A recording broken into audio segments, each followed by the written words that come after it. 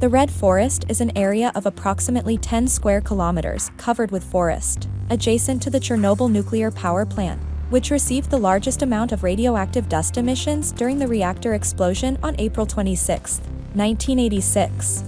The high dose of absorbed radiation led to the death of trees and their coloring in a brownish-red color. In addition, at night, there were luminescence observations of dead trees caused by the interaction of tree enzymes with radioactive particles and radioactive decay. During the decontamination work, the forest was bulldozed and buried at a depth of 4 to 5 meters. Therefore, this area remains one of the most dangerous places to visit on the planet. The half-life of uranium-235 settled in the ore is the time during which the initial amount of radioactive isotope decreases by half. The half-life of uranium-235 is approximately 704 million years. This means that every 704 million years, the amount of uranium-235 decreases by half. This is an important parameter for determining the level of radioactive contamination, and for calculating dates in the context of using uranium-235 in nuclear energy. In addition, the half-life is a key parameter for calculating the amount of residual radioactive material after the use of uranium-235 in nuclear reactors is completed. Therefore, it will not be safe to visit this area for several billion more years.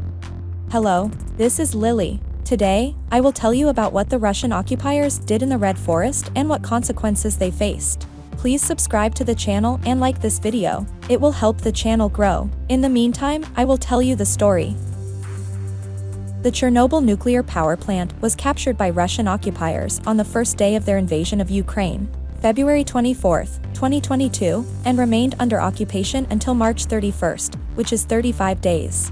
The territory of the Chernobyl exclusion zone was turned into a military base, where up to 1,000 occupiers were stationed, and ammunition was delivered, including for rocket artillery.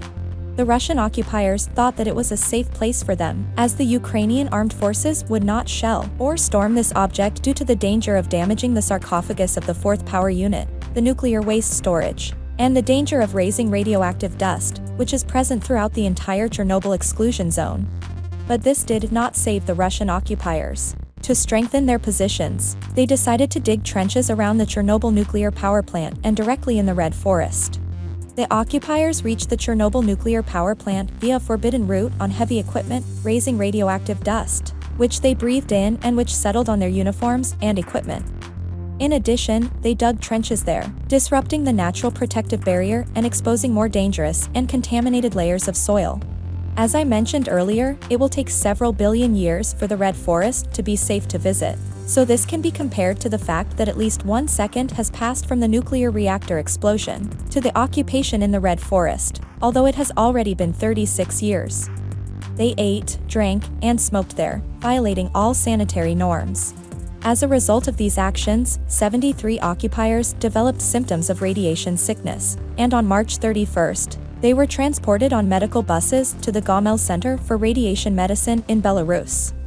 The exact number of casualties due to radiation exposure and the health status of all occupiers present at the site are not yet known, as they have been classified for a long time. However, such disregard for one's health will not go unnoticed. Experts in this field claim that this type of radiation exposure typically leads to the development of cancer, infertility, and various illnesses in offspring.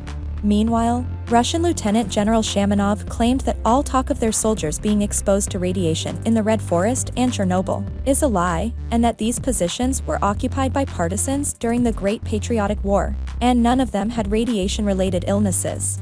Of course, there were none, as World War II ended in 1945 and the Chernobyl disaster occurred in 1986.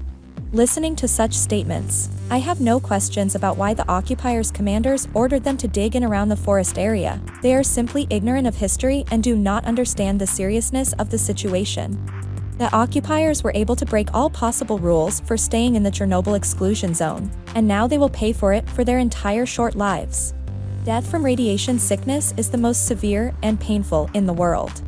A person dies slowly and in terrible agony. It is funny that the Russian occupiers love to loot. The whole world knows that they massively stole toilets, washing machines, many children's toys, and other equipment. They directly transported all the stolen goods to the Red Forest, which was their kind of transfer point.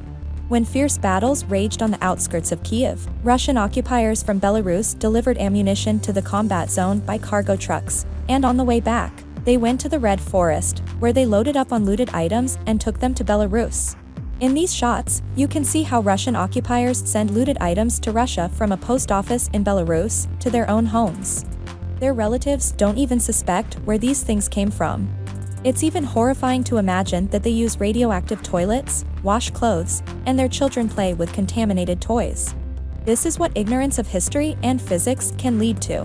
The desire to seize someone else's property sometimes leads to the most terrible consequences, of which you don't even suspect. Thank you for watching. Watch my other videos.